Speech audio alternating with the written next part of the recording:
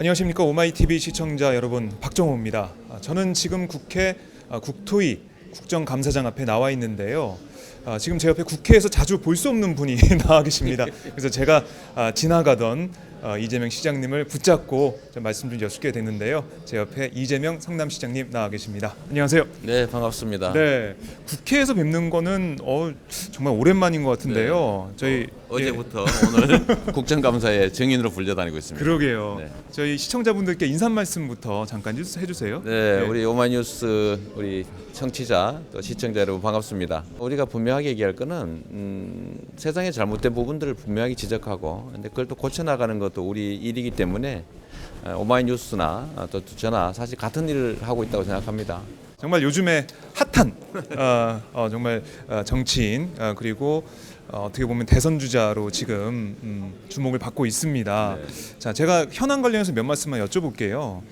김제동 씨 검찰 수사 착수, 어떻게 보면 이재명 시장님이 좀 예견을 하셨어요. 네. 그대로 지금 흘러가고 있는데, 오늘 또 국회 국방위 국정감사에서는 백승주 새누리당 의원이 사과하라, 네. 또 이런 말도 했습니다. 첨단 무기보다 우리 군의 신뢰가 중요한데 거기에 해를 가하는 그런 일을 했다, 이런 건데, 이런 김제동 씨에 대한 일련의 이 사태 흐름 어떻게 보고 계십니까? 정말 그 김제동 씨 말대로 이제 웃자고 한 얘기를 가지고 이제 죽자고 달려드는 게 맞는 것 같습니다. 네. 이 조선 시대에도 광대들이 저작거리에서 임금 흉보는 거 처벌하지 않았거든요. 그냥 웃고 넘어가는 거죠. 네. 개그 아닙니까? 연예인이 뭐 재밌자고 한 얘기, 조금 과장해서 한 얘기를 그 중에 얼마 부분 과장된 부분을 떼내서 그걸 거짓말이라고 하는 거는 그야말로 사실 이제 문화 활동에 대한 탄압이라고 볼 수밖에 없는 거죠. 네. 그게 뭐 사령관이면 어떻고 뭐 예를 들면 사단장이면 어떻습니까?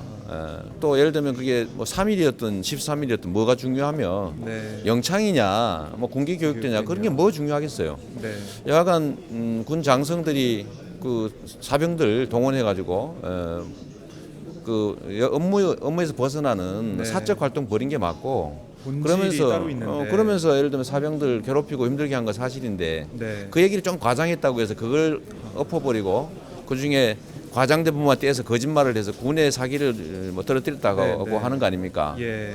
저는 이해하기가 어렵고요. 이건 군의 사기를 떨어뜨린 게 아니라 군 장성들, 소위 군 기득권자들의 문제점을 좀 풍자적으로 재밌게 지적한 걸 가지고 그걸 보호하기 위해서 군 사기를 들먹이는 건데, 네. 본말이 전도된 거다.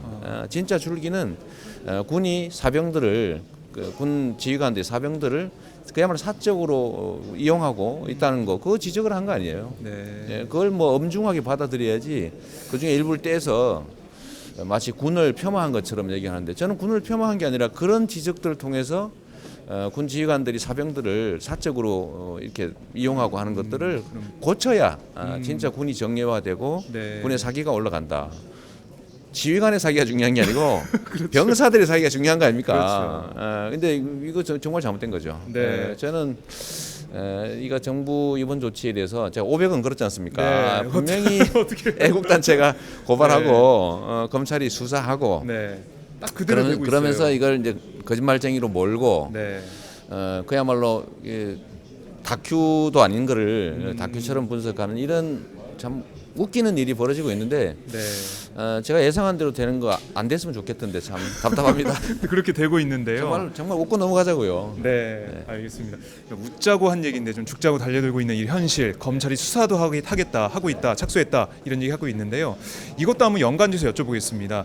오마이뉴스 편집 기자가 이 검찰에 불구속 기소되는 일이 발생을 했습니다. 네. 시민 기자의 글을 이번 총선 선거 당일에 편집해서 올렸는데 이게 공직선거법 위반이다 해서 검찰이 이렇게 나오고 있는데요. 언론사의 보도 내용이 뭐 잘못됐다고 해서 기소했다는 건데, 네. 만약에 그게 보수 주류 언론이 그렇다고 하면 과연 기소했을까라는 네. 걸 한번 되짚어 생각해 볼 필요가 있습니다. 네. 결국 형평성에 관한 문제일 텐데요. 언론의 보도와 선거의 중립, 이 경계선에 관한 얘기인데, 결국은 좀 언론 탄압적 요소가 있지 않냐 하는 네. 생각이 좀 듭니다. 이것도 보수단체가 이제 고발을 해서 그 당일에 그 취소했는데도 검찰이 수사를 하겠다는 거거든요. 기소했거든요. 네. 정부에서 언론 탄압 그 논란이 불거지고 있고 비판이 있는데요. 이것 좀 여쭤보겠습니다. 문화예술계 블랙리스트가 나왔어요. 뭐 거의 10,000명 가까운 블랙리스트 명단이 지금 있다 이렇게 보도가 됐는데 뭐 조윤선 장관은 부인을 하고 있습니다만 이런 사안 어떻게 보고 계십니까? 국가 권력을 국민을 위해서 공적으로 사용하는 게 아니고 네. 사적 이익을 위해서 남용하고 있는 거죠. 민주주의의 가장 기본적인 원리, 이제 주권 재민, 나라의 주인이 국민이다. 정치인 또는 뭐 행정가들이 행사하는 권한은 국민으로부터 위임받은 모습들이 주인을 위해서 행사하는 권한이라고 하는 게 가장 기본인데 네. 그 기본을 저버리고 마치 사적 이익인 것처럼 뭐 국민들은 지배 대상인 것처럼 그 부여받은 권한이 자기 것인 것처럼 이렇게 남용하는 것은 민주주의 원리 자체를 파괴하는 거죠. 이건 인권 침해적 요소가 있는 잘못일 뿐만 아니라 사실은 국민 주권 원리라고 하는 것을 부인하는 그냥 국가 권력을 사유화하는 헌법 취소 파괴행위라고 생각이 됩니다. 그런 면에서 저는 우리 박원순 시장께서 이게 탄핵 사유에 해당된다라고 하는 말에 대해서 저도 공감합니다. 그래요. 새누리당은 박원순 시장이 탄핵감이다 이렇게 얘기를 했었는데 아무튼 네, 이런 현안에 대해서 좀 얘기를 나눠봤고요. 지금 곧 국토위 국정감사가 다시 시작되기 때문에 거기 이제 나가셔서 또 말씀하실 텐데 뭐 대선 나갈 거냐 이런 질문도 나올 수 있을 것 같아요. 어떤 대답 준비하셨습니까? 그때 가보고. 네, 감사합니다. 알겠습니다. 네, 예, 그래요. 국회에서 뵙니까 더 반갑네요. 네, 반갑습니다. 다음에 또 뵙겠습니다. 네. 네, 이재명 성남시장과 잠깐 얘기 나눠봤습니다. 지금 시간이 좀 촉박하기 때문에 짧게 얘기를 나눴는데요. 다음 기회에 좀 더 길게 얘기 나눌 수 있는 시간을 갖도록 하겠습니다. 네, 시청해주신 여러분 고맙습니다.